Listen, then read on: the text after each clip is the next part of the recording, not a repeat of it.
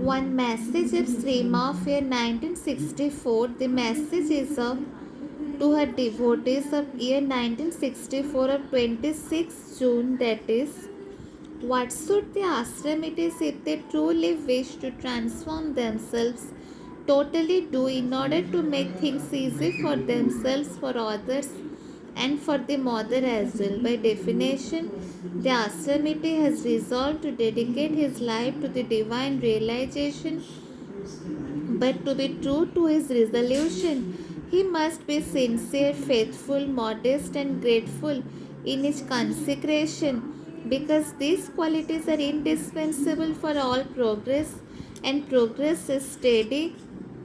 Rapid progress is indispensable to follow the pace of nature's evolutionary advance.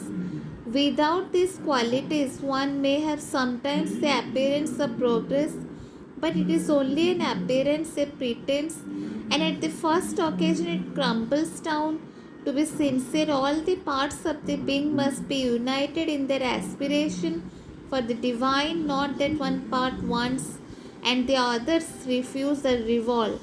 To be sincere in the aspiration to want the divine for the divine's sake, not for fame or name or prestige or power or any satisfaction of vanity. To be faithful and steady in their consecration, not to have faith one day and the next day, because things are not as they wish them to be, to lose their faith and shelter all sorts of doubts. Doubt is not a spot to indulge in with impunity. It is a poison which drop by drop corrodes the soul. To be modest means to have the correct appreciation of what one is and never to forget that whatever are one's achievements, they are practically nothing in comparison with what one ought to be to fulfill the Lord's expectation, and above all to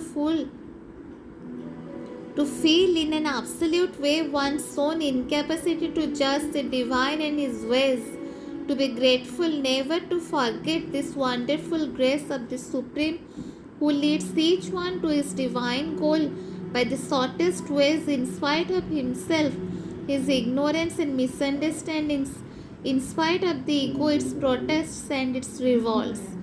The pure flame of gratefulness must always burn in our heart, one sweet and bright, to dissolve all egoism and all obscurity. The flame of gratefulness for the Supreme grace who leads the sadhak to his goal, and the more he is grateful, recognizes this action of the grace and is thankful for it, the shorter is the way. Thank you.